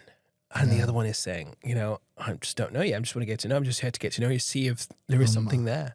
Assessing whether you're the one I should commit to. Yeah. And so I would have a couple of simple rules that, look, I'd keep it really simple. A relatively cheap date. Go for a walk in the park. So it could be free, it could be a coffee. And cinema's a terrible idea. Yeah, right? Terrible idea, yeah. Because you're never speaking, you're just sitting next to someone staring at a screen where you can't speak. So cinema, forget. I mean, a lot of women I speak to are happy to split the bill in this day and age, right? And so that could also be considered an easy out. If you don't like that person, you could offer to pay your half of the bill. So it just means there's no obligations. I feel maybe really early on it's okay. Yeah, I think so as well. And I find a lot of people start that way and then it kind of gradually shifts towards the guy paying more, almost. At least that's what I've seen. I think, as you go along, I think a woman should just pay once in a while for something, treat him, make him feel appreciated. He just wants to feel appreciated, that's it. But ultimately, so it came down to that. I have a few rules, right? So my simple one-liner for everyone is take money off the table. It's the easiest way. Then it's Don't just let it be an issue. If it is a walk in the park, there's no money issue to worry about, right? And now I recently kind of adopted a slightly different stance, right? We've talked about, about the love languages, right? Five Love Languages by Gary Chapman. No, I don't. Tell me. I'll touch on that a little bit later, right? Sure. But there's kind of a few new. How do you show your love? Is it? Yeah, exactly. How do you feel loved? How do you show your love? And there's a sixth one. There's many actually. People have started to tag onto this, but there's only one real relevant one. I think is an important one, which is this idea of shared experiences. As a couple, you might go explore a new country, because you both want to see Thailand and go to see the elephants. That's a shared experience. So, hey, listen, you want to go on a first date and you want to spend a bit of money, have that agreement in the conversation.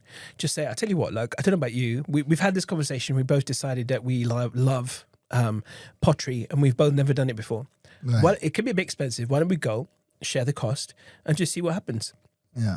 But at least if we get along, great. I'll happily pay for the next date. If we don't, at least we've just shared an experience together. We'll always have that memory, and no worries. And that's it. It's just that mature conversation in the beginning.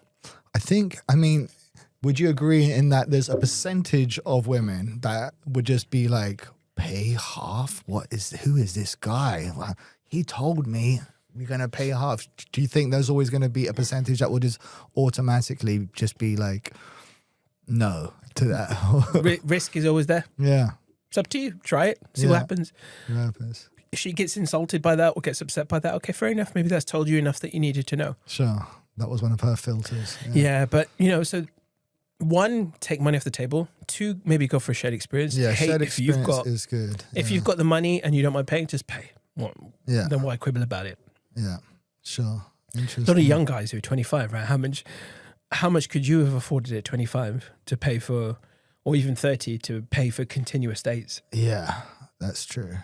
I mean, I always feel it's like a test of, eventually living with one another, right? And that's why, when I met my wife, I had my own apartment at the time, and she ended up hanging out, and then, we ended up kind of moving in. Well, she moved in almost very quickly, but that's because we just felt an immediate comfort with each other, and that was very kind of relaxed and easy. I always feel it's like if you feel easy in someone's company, that's why I think the shared experience thing is a very nice test to see how do you feel. Yeah, and why not? Because think about it this way, right, D? If you go on a date and it's just something you're not that bothered about, you're meeting in a random place, a random restaurant, or doing something random, you don't really get anything out of it, right? If it goes badly, you just lose. But if you're going on a shared experience and there's something you want to do, like for example, we did a singles event recently. There was like a pottery thing. Right. I've never done it before. I loved it. And we're going to go back again and do it, just me and my wife. Right. But at least if you go is there. Is that like the pottery wheel? Yeah, the proper pottery wheel and everything, right? It was so much fun. And let's say the date doesn't work out, but you've got something to take away. You've just tried something you've never done before. You've got an experience. So but at least that's a win-loss, right? So you've won something. You may not have got anything out of the relationship, but you've still got something that is good for you. A cooking class or something. Or like cooking class, salsa. Maybe salsa is not necessarily a good first one because you're dancing with different partners potentially, but but still it can work. And maybe again, it could have the effect that you mentioned.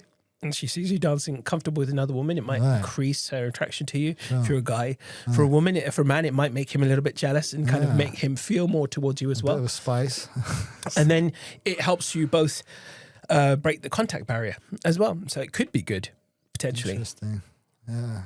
Man, it's so mad to even speak about all this stuff because I've been so out the game for so long, and it's like, and it is a transition as well, like sort of the sort of skill set, I guess, which you need to be from single to dating and to getting a girlfriend and to sort of going from that, you don't know me, to how do I break that barrier and get involved in a dating and get to the second, third dates to like, okay, now we're together. We're like in a long-term thing. We're like 4, 5, 10 years in. That sort of skill set is a bit different, but I'm sure there's some things from the sort of dating skill set, but it is it evolves, right? The sort of needs of what you need to be good at, and I'm so glad changes. You said that because it's the exact wording I use. It is a skill set. It's a beautiful skill set to have that can be carried over to so many other areas of life. Just even rapport building. Yeah. But when you're on a date, right, you want to have good conversational skills because that could transpire and, translate to other areas of your life, like business, work, relationships, team building, whatever. So it is absolutely a skill set. It's like the example I use, the analogy I use is like, if you've never played tennis before and you go for the first time, you're not going to be very good. If you want to improve, you probably get a coach. And by the time you've had 100 lessons, how much better are you going to be? So it's the same thing. The more you do it, the more you cultivate the skill, the better you'll become at it.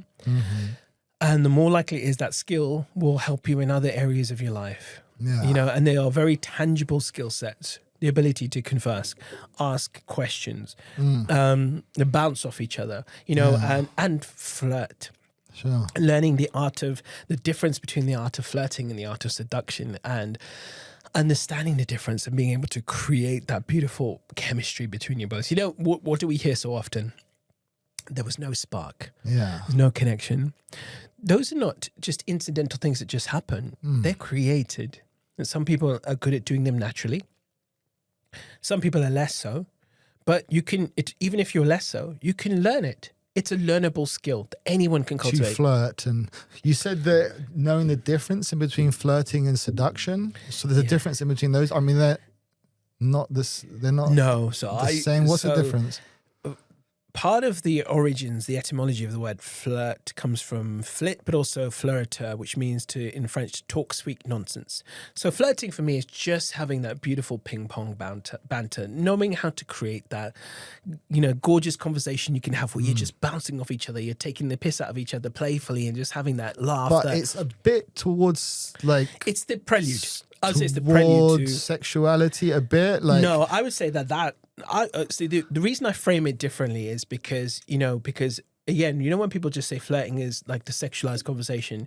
Firstly, I think that's a bit too broad.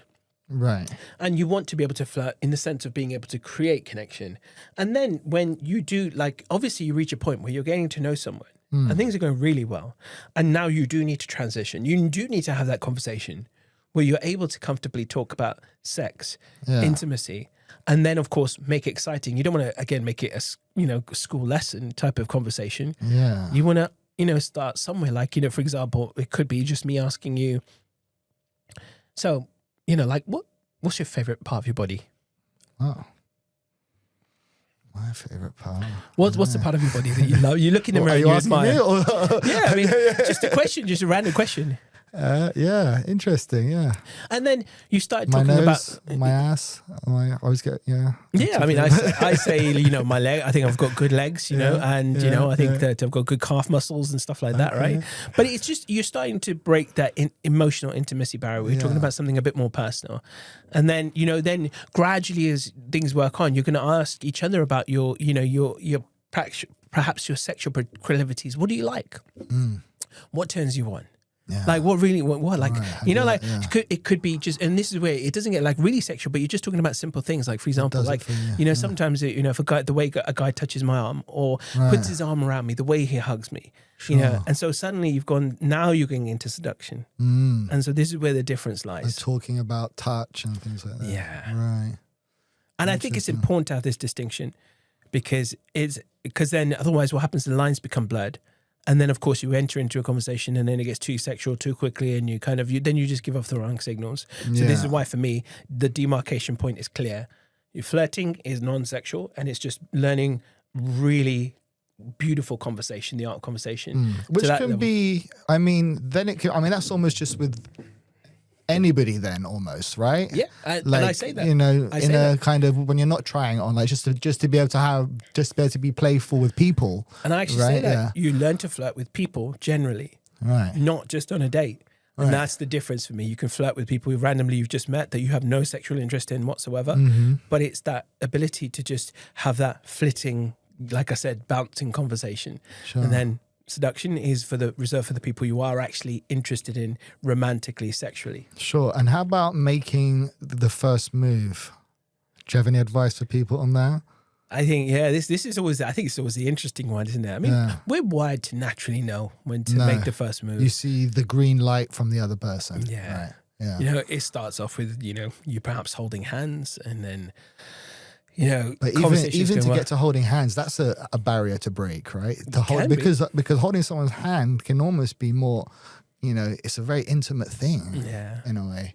I was quite brazen when I got comfortable with them, and I was very brazen. You just grab the hand, just pull them along, and it would be almost be an excuse at first. You're walking and you're pulling them along, kind of thing, right? Let's get this. Check this out. Let's go check this out. You grab the hand, and then so suddenly that one level interlinking fingers. Oh, that's quite exactly. All right. And then it could move on from that to putting your arm around them or whatever, and then it could be. It sounds very cliche, but at the end of the day, you're parting ways and stuff, and it could just be a question of just looking them in the eye, pulling them a little bit closer. And, you know, maybe you don't necessarily kiss them, but just, you know, you're getting close, and then you kind of just, and then I would know as well. Eyes to lips, then back to eyes, and back to lips.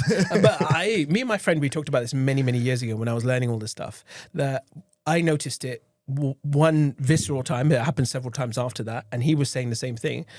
He goes, I've noticed with women that when she's ready to be kissed, and let's say you do a cheek to cheek kiss, she will unconsciously let her lip match the corner of your lip, meet the corner of your lip. And so we both noticed this, and we both said it when we were having a conversation. So like, you know, when you side, yeah, right. So her corner, you're going her cheek left to cheek is onto my right. You almost know. It's almost like for us, it was almost a litmus test of whether she's ready to be kissed. And so you go in for that little side cheek kiss, and if she's putting her lips very close to the corner of your mouth, she's ready to be kissed. Okay. She's ready for a kiss. That's her subconscious way of saying, I'm ready to kiss you. Like just sort of twisting a bit almost. Yeah. Wow. Interesting. That's cool. Yeah. And how about for people who are in relationships? Do you also coach those people like that are beyond the dating phase, let's say? Because there is like a very different, I mean, you're married how many years? So 11 years together, and this will be our 9th year of marriage this year. Right. So, and like, do you still flirt with your wife? And do you have any tips for people who are in long-term relationships to keep the spark alive? Or? Oh yeah, definitely. But like, you know, I wouldn't ever claim to put ourselves on a pedestal that we're perfect. Sure. We're constantly learning, right? I think I'm going to just give a little bit of a segue phase before that, if that's all right, to that question. So there are 6 key things I think that are really important when it comes to dating and relationships. Okay. So, and these are all science-backed sort of things, right? So the idea of these cards, the Spark Conversation cards, came from a concept called the 36 questions. Right. Do you want to open them and of course, whack some questions out? Yeah, I'll show you in a minute. Yeah, so I think someone left these behind at one of my events, actually, so I owe them a pack of cards. So you wrote these cards? So you made these cards? I made these, designed them, put the questions on there, everything. Oh, cool. And they're available online? Yes, absolutely. They're available on sparkconversations.shop or my Stan store, which is stan.store/Amit Connect. Okay. So first thing is there's a scientist called Arthur Aaron and his lovely wife. They created this process called the 36 questions. Oh, is that the one that if you ask those questions, you're guaranteed to fall in love with the person? Yeah, I mean, obviously it's not necessarily the guaranteed to fall in love. Right. But what they found is when they put 2 strangers together and they asked each other these 36 questions, 3 groups of 12, they get progressively more sort of intimate, not sexual, but just more intimate into getting deeper. To know the person. Yeah, going deeper. They found that people sort of like, not necessarily romantically, but it did happen. But they would just fall in love with each other. Like the person, they would like walk away going, "Oh my God, I love this person! Like they're so cool, they're so amazing! Like we've got so much in common." They felt connected, felt empathetically connected, right? And so and I think that there's 2 subparts to that. One is how we get to know each other, and the selection criteria that I mentioned earlier, like how we choose a partner. How we select, and if we're aware of our patterns, we're potentially who we're gonna attract, etc. We can then navigate those patterns. It's not like there's anything wrong with the fact that one's anxious and one's avoidant. Sure. You just navigate those challenges. You're gonna face challenges one way or another, depending. It doesn't matter what you are. So that's one. Number 2 is this idea of understanding the loop of the anxious, what we call the anxious avoidant loop, which I mentioned, right? Because I think it's one of the biggest. Because those things happen at times of, crises, rather. Because in every day when things are going well, then you're not, or does that happen when things are going well, that somebody becomes avoidant? Ironically, usually that kicks in when it's going well. Oh, okay. And then the avoidant is getting a little bit, like I said, they're kind of getting they're almost scared of the intimacy. So they pull back because their independence is being threatened in a way. I see. So if you understand that loop and that pattern, you can then obviously take the steps to mitigate that and understand each other's attachment style, and then we work with it. And then you got number 3, which is, I mentioned it earlier, you've got the 5 love languages that was created by Gary Chapman. Sure. So we all kind of have a way of expressing our love and wanting to be loved. There was one thing that I said that was in addition to what was not in his book, which is that you got 5 love languages, and I think we actually all have 2. We have a way of expressing our love and the way we like to receive love. So for example, to my wife, I express love through acts of service and sorry, beg your pardon. We all have to, let me rephrase that a little bit. So we all have two love languages, a primary love language of giving and a primary love language of receiving. My primary love language of giving to my wife is acts of service. Her Acts of primary, service, yeah, like, so that's like what kind doing of- things for your partner. Okay. Her primary Like love helping language, her with stuff in her life. Exactly. Right. Okay. her primary love language is quality time, spending time together, right? So my objective is then to figure out how I reconcile those two. So that easily equates to, okay, when we're doing housework, let's do it together. Because then I'm doing my acts of service and she's getting the quality time. Right. My primary love language of receiving, for example, is words of affirmation. So I have to remind her sometimes, show me appreciation, tell me you love me, tell me you're proud of me, like that. Show those some kinds of love, things. baby. Yeah. Hers is, hers tends to be, I think, what would I say? Probably a bit more gift giving, a bit more sort of leaning on that physical To touch. receive? To give.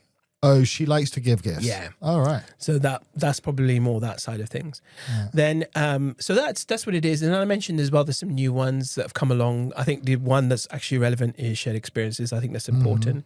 And would you say there's like a bit of like kind of difference in between the genders as well? Like, Yeah. you know, I mean, at least A I've lot of seen a lot of stuff like men need to be, you know, obviously sex is a thing. Like, is it more thing for men than women? I don't know. Yeah, no, Or I it's think like a lot of a experts, sign of, you a know- lot of experts are very reluctant to say things like this. Yeah. But I would say there is. I think men generally have two, which is words of affirmation and probably I would say physical touch. Yeah. Two obvious ones, right? Sure. And that ties into number 4, and I'll explain that in a second. It's my own sort of version of this. For women, it's probably quality time and some combination of that and words of affirmation or something like that. They tend to be their prime ones, right? You know, so sort of thing. But then number 4 in that list is my own version of this, which is what I call the 4 love languages of the soul. So this is the bit more that's a bit more broad and overarching. There's 2 for men, 2 for women. There's an acronym, TEAS, TEAS. So women's soul love languages are time and empathy. That's what they want most from us. Question it, challenge it, go for it. Please tell me that's anything more than Time and empathy. If you give a woman time and empathy, she'll feel loved. she'll be loved. Right. Men, it's appreciation and space. Appreciation and space. yeah, and- Interesting. Yeah. Space. And you notice right. at the end, time and space Yeah. are at the ends. And this is obviously the polarity of who we are. So women want time, men want space. And how do you reconcile the two? It's always going to be the big push-pull of a relationship. When he needs his man cave time, Yeah. but she needs your love. She needs your attention right now in this moment. And that's always one of the hardest things to reconcile in a relationship, I think. Yeah. So that's number 4. I'll just do the last 2. Number 5 is the research from the Gottmans. They're very well-known relationship researchers, husband and wife team. And their huge piece of research that revealed one of the biggest predictors of divorce, which is this idea of bids in a relationship. So bids, it's a very sort of when you it's a weird word to use, but when you understand the concept, you realize, okay, I understand. So, you imagine this, you're with your wife and she just says, honey, look at that bird outside. But you're in the middle of it in your laptop and you're working. Yeah. Right now, she's just kind of doing a bid for attention. Yeah, we all do it as couples, right? We all do this, men and women. And it's just her way of trying to connect with you. Sure. Just create a momentary connection. And what they found was that, excuse me, because I'll probably give the wrong percentages, but something like the couples who were able to answer those bids for attention with each other 80% of the time were 80%, I think, something like this with rough numbers, more likely to stay married after 2 years. If they respond to the request for that, right. And the couples who only answered those calls for bids 20% of the time were something like 90% likely to get divorced within 2 years. All right. So this is major research, is well known. So that, again, excuse me, anyone out there, figures might be slightly misjudged, miscalculated, misspoken, but that's essentially what the crux of it was. Oh. They also figured out 4 particular behaviors that were detrimental to relationships. Criticism, contempt, defensiveness, and stonewalling. Those are the 4 things that they call it, the 4 horsemen of the apocalypse of relationships. So those are the 4 things. So and then don't criticize, don't... what was it? criticizing your partner and contempt. Contempt. Real feeling contempt for your partner, and that'll come up in a number of ways. And even what we talked about earlier, you'll articulate it to your friends, your family, your colleagues, and that will destroy a relationship. Defensiveness. your partner's trying to tell you lovingly that this is what I want, but you get defensive about it. Probably a same old male trait, but it's common in both. And then stonewalling is that kind of like when you silent treatment. Exactly that, yeah. Yeah. Interesting.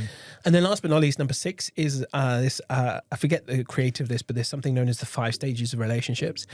And the one in particular that I think is most important to understand is that when we jump from stage 1 to stage 2, where we go from sort of like a honeymoon phase, and that can last anywhere from 2 weeks to 2 years, or maybe even longer. There's no determinate period. Sure. Everything's hunky-dory. Everything's great. And, you know, there could be several factors that make you jump from one phase to the other. Could be moving in.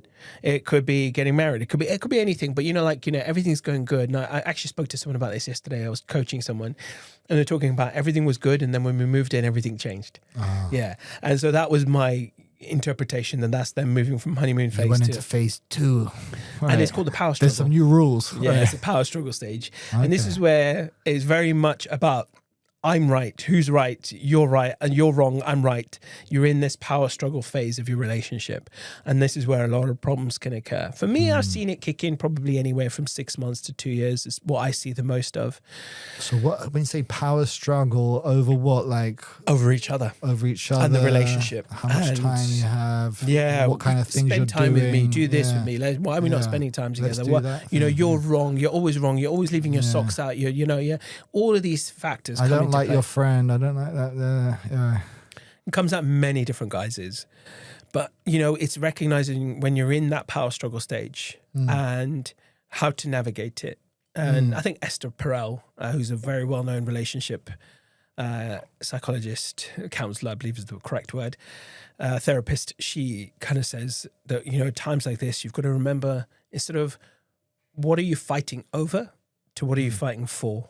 Don't get stuck on things. Yeah. Right. Just remember what it's all for. Yeah. Okay. So you go from honeymoon into power struggle / you know, you're trying to navigate. Now you're together and you're kind of picking out the, you know, the sort of next level of depth, I guess, of the personality starts to kind of reveal some inconsistencies and how you kind of navigate those. Yeah, exactly. And you said there's 5 phases. So that's don't ask me to name all of them off the top of my head. Right. I've got my little cheat sheet. But essentially, you know, once you get past phase 2, it is then about, you know, the relationship goes through various phases where you are getting deeper to know each other, navigating some of those elements. But generally speaking, there's less contention there, and it's more about, you know, before and you know you get to the end, which is genuine acceptance, unconditional love for each other. You've got to that point where I know that you leave your socks on the floor, and that's fine. You know, it's just, it is what it is. And actually, you almost find it endearing at that point. Yeah, because you know you've learned to expect it. Part of your programming at that point. If you haven't left your socks, hang on a minute, is everything right, honey? Something's up. Yeah, like, you know, it's not like you.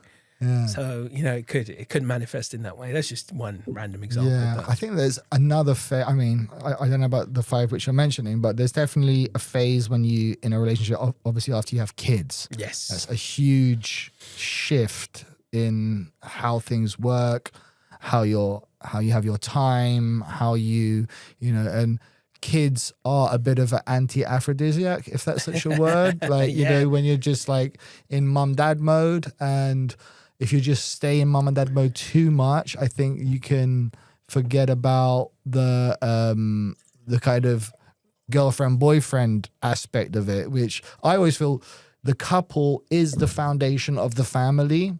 So in a way that should take the priority, like make sure that couple stays strong, and then the rest of the family falls into place a lot better. And getting the other big one is bereavement. What, when somebody dies? When someone in the family dies, or there is some kind of big bereavement. Right. That'll be a big and that's not necessarily just a relationship thing, that's a whole family thing. Right. But it's a big test. Like, you know, my wife's brother, like, you know, I've lost my mum, my sister, my wife's lost her mum, and then her brother passed away at the beginning of 2024 from cancer. And, you know, I've always said that I think one of the big tests of how strong people are and their family connections is, you know, when you go through some of these really challenging times. Yeah. And does it bring you closer? Does it tear you apart? Yeah. And that's a real telltale as well. And I think that's probably one thing that most, I would say, navigating that as a family, me, her, and her dad, pushed us way beyond the power struggle phase into the stage 3 I would or assume 4. that would bring you closer more often than apart. Well, unless you'd there be was surprised. some other factor involved in how the person died. Like if there was like a suicide or somebody died from drug overdose, then it might turn into a blame game and be negative. But other than that, I would imagine it would bring people more close in terms of like, oh, all these minor issues, you know, we could die one day. I've seen people tear people apart as well. Or because that could be like, oh, we're all going to die one day. Do I want to put up with you anymore? Kind of thing, Exactly, right? yeah. So It it might- sort it of might be an brings stuff to eye-opener, interpret. Yeah. It really is a telltale of whether you actually end up getting closer or, you know, getting apart. So, or going parting ways. So, absolutely, 100%. I think that's a massive part of it. But yeah, you're right though. 100% right. Kids, bereavement. Those are two of probably the biggest factors that impact relationships that I've seen personally. Sure. Okay. And I think we're coming to the end of our time almost. Like, would you have any kind of parting words of advice for anybody? You know, I'm glad you dating? kind of ended on what you just said actually about the death thing. I think it's so important, right? You know, like I guess I have like this partition of advice now that is slightly different to people who are say, you know, under 30 and under. You know, you got a bit more time to just, you know, find what you want, explore, etc. But as people get to 30 plus, my advice starts to change a little bit. It used to be 35. I've brought it down now, and the reason I brought it down is because when my brother-in-law passed away, Right. you know, because I January last year, we're filming this, right? It's January 2026, right? January last year, two people I know who's similar age to me, one was 45, one was 47, both passed away. All right. People I know really well. Right. One was from the radio station, one was my best friend from college, and I even did the speech at their wedding. But, you know, when you experience all of this stuff, like to me, it's no longer you know, my life view has just completely changed. I don't think of it, I don't get sad really in that way. I just see, what I do feel though is that when those things happen, I might be sad in the moment, but you know, it doesn't last long.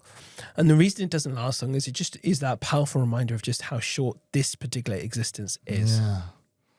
So when I see people come to me, I think I really caught up in the drama of what's just happened, and I feel so hurt by this person and that person. And, you know, I ask a few questions, and not just one, but, you know, a few just along the lines of, look, if today was your last day or you knew you only had a week to live or whatever, how much more time and attention would you be giving to this? Truthfully, you know, I really, really kind of take them through a process before I get to a random question. Yeah. But when we start thinking at that level, you know, we stop sweating the small stuff and getting so caught up in what they did, the he said, she said, or they did this, and how dare they ghosted me after 3 months or 2 months or whatever. And we get so caught up in that. Yeah. And I think everyone does. And also dehumanizing dating right now. You know, it's so inhumane, right? You're going in there with your head. Do they qualify? Do they do this, have this, etc., etc.? We're not looking at heart or character anymore. Yeah. So 2 things I say to people is, one, look, stop stressing and sweating the small stuff. Life is way too short. None of us might be here tomorrow. So And there's no point in holding on. how much time do you want to, or even if you negative vibe. have to process. Yeah. But I ask people the question, how much time do you want to process? Set yourself a deadline. Yeah. I need 2 weeks to grieve over this. Fine, no problem. Use that time. But after that time, get over it. Let it go. And let it go. Yeah. And move on quickly. Sure. And then the second thing is when we go, you know, there's a beautiful word in Hinduism. It's a greeting word. It's namaste. It's that the divine in me honors the divine in you. If we were to all start our dating with that word, how much better would it be? Instead of us just going in there, right, what do you do? Where are you from? Like, how's your dating? Why are you still single? Namaste. I know you're a human being on your own journey, just like me. Let's see if we just connect at a soul level. It's part of the book I'm writing at the moment, where it's called, I'm probably giving away the title, probably shouldn't yet, but I will. It's called From Soul Dates to Soulmates. Oof. So let's start soul dating instead of, you know, just, you know, transactional dating. Sure. So that's what I would send. If I was going to, and I say this not flippantly, this is genuine. If I was not here tomorrow, and this is my last message I could ever give, I would say everyone that. Go from transactional to go on soul dates. Connect with the soul. Yeah. Right. Beautiful. Well, thanks for that, Amit, and thanks for coming here today. I think this was a very interesting conversation, and I think you've given the listeners some gems of insights and will probably help people. And thoroughly a huge thank you to you as well for having me in this beautiful setup of yours as well. And it's been a real pleasure. I've really enjoyed every minute of it. Okay. Thanks a lot.